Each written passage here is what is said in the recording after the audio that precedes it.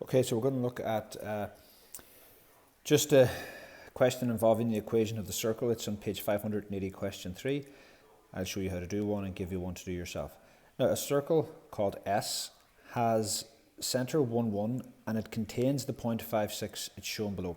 So what that means is that the point 5,6 is on the circumference of the circle, and the centre is 1, 1. Calculate the radius of S and write down the equation of S. Now, the radius of S is the distance from the centre to any point on the outside. So this is a question where we're going to use our distance formula. Do you remember the distance formula? It's so the distance between any 2 points is given by this. So x2 minus x1 squared plus y2 minus y1 squared. And our 2 points are, so we're getting the distance between 1, 1 and 5, 6. So I always think it's good practice to write the points down and then number them, or label them, sorry. So x1, y1, x2 and y2. Now substitute them in to the equation. So x2 is 5. x1 is 1 squared. Now y2 is 6 minus y1, which is 1. Now at that point, you can type, when you get to that stage there, you can actually type all of that into the calculator. So, it's the square root of bracket 5 minus 1 bracket squared plus bracket 6 minus 1 squared. So the distance between the centre and the point on the outside is the square root of 41. Now, I've used d, don't confuse that with diameter. That's the radius.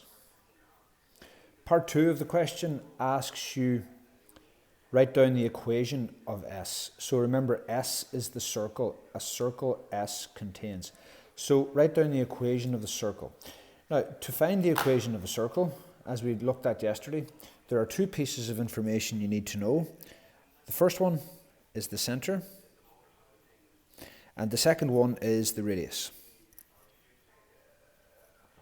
So we have both those pieces of information because the centre is 1, 1, and the radius we worked out in part 1, which is root 41. So use your formula for the equation of a circle that's found on page 19 of your tables.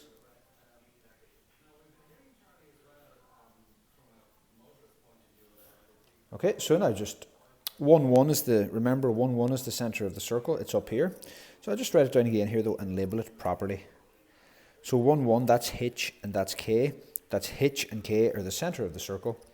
So x minus 1 squared plus y minus 1 squared. Now equals the square root of 41 squared. Well, if you put in the square root of 41 into your calculator and then you square it. So say we press the squared button here. So press the squared button, it'll give you 41. Because if you take a square root of a number and then square it, it'll just get you back to where you started. For example, the square root of 9 is 3, 3 squared is 9.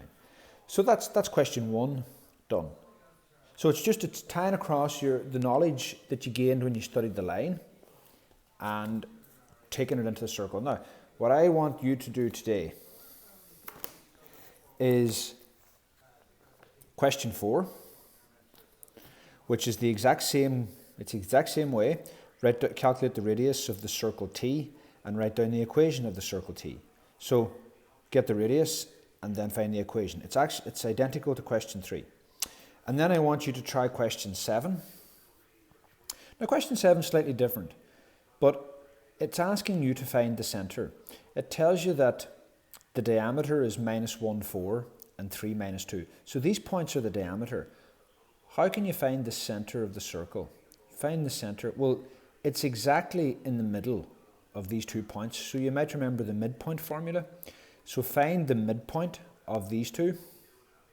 That's the centre of the circle. Calculate the radius of z. Well then, just get the distance from the centre to this point, or the distance from the centre to that point. Either one's fine, it should be the same. And then write down the equation of z. And remember, to find the equation of any circle, you need two pieces of information, the centre and the radius. So just to go over that one again, first part, find the centre by using the midpoint formula, because the midpoint will be the centre of the circle, because these two are the end points of the diameter. Remember, the diameter goes through the centre. Then calculate the radius of s, so the distance from the centre to this point, or the centre to that point, and then write down the equation of z, so x minus h squared plus y minus z squared equals r squared.